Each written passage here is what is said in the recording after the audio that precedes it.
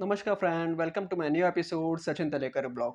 आज हम जिस कंट्री के बारे में बात कर रहे हैं फ्रेंड, उस कंट्री का नाम है Netherland. The Netherland is a country in northern western Europe with overseas territory in the Caribbean. इसे इनफॉर्मली हॉलैंड भी कहा जाता है। ठीक है फ्रेंड्स, अभी हम आते हैं इसके क्लोजेस्ट कंट्री पे। तो नेदरलैंड का जो क्लोजेस्ट कंट्री है वो है Germany, France and Luxembourg. Netherland की जो पॉपुलेशन है वो 1.8 करोड़ अबाउ। ठीक है, इसका जो सवरिंग स्टेट है किंगडम ऑफ नेदरलैंड उसे कहा जाता है। State kingdom, sovereign state kingdom of Netherland कहा जाता है। ठीक है, कैपिटल और लार्जेस्ट सिटी इसकी एम्स्टर्डम है। ऑफिशियल लैंग्वेज डच चलता है यहाँ पे। इथनिक ग्रुप पे 72% डच है, 9% अदर यूरोपियन में कंसिडर होता है, 2% टर्किश है, 3% मोरक्कन है, 2% इंडोनेशियन है और 7% इंडियन है। ठीक है फ्रेंड्स, ये तो हो गया इसका इथनिक ग्रुप पे। इसका फिर अभी रिलीजन पे आते हैं तो 56% नो रिलीजन है, 32% क्रिश्चियनिटी, 17% कैथोलिज्म है और 5% हिंदुज्म है। अभी हम आते हैं इसके वीजा पे। तो ऑब्वियसली नेदरलैंड जाने के लिए वीजा रिक्वायर्ड है और वो भी शेंगन वीजा रिक्वायर्ड है इंडियंस को वहां पे जाने के लिए। ठीक है फ्रेंड्स, इसका प्रोसेसिंग टाइम है 10 to 15 डेज, स्टे पीरियड है 90 days, up to 90 days, validity 6 months, entry single और मल्टीपल, फीस है अंडर 10,000 के आसपास हो जाता है और ये वीजा है बिजनेस और टूरिस्ट पर्पज के लिए। ठीक है फ्रेंड्स, अभी हम आते हैं इसके मिनिमम, एवरेज और हाई सैलरी। मिनिमम आप 1 लाख रुपीज पकड़ के चले, एवरेज 2 से 3 लाख इजीली मिल जाएगा, इससे ज़्यादा भी मिल सकता है। ठीक है, क्योंकि एक शेंगन कंट्री आ जाती है, कंसिडर होती है। और हाई है अबाव नो लिमिट, इसका टोटली डिपेंड करता है आपके एजुकेशनल क्वालिफिकेशन और एक्सपीरियंस के ऊपर।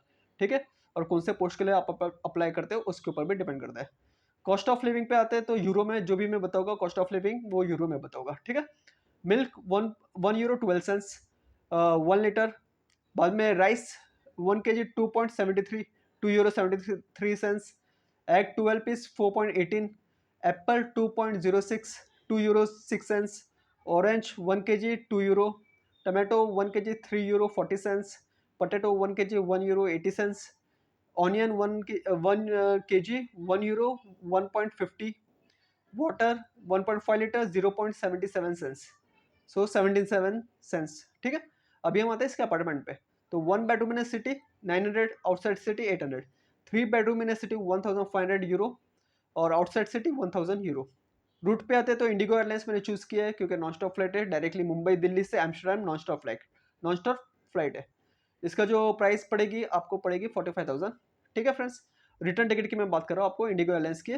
पहले नहीं थे, अभी ऑपरेट करने लग गए इंडिगो एयरलाइंस इंटरनेशनल लेवल पे।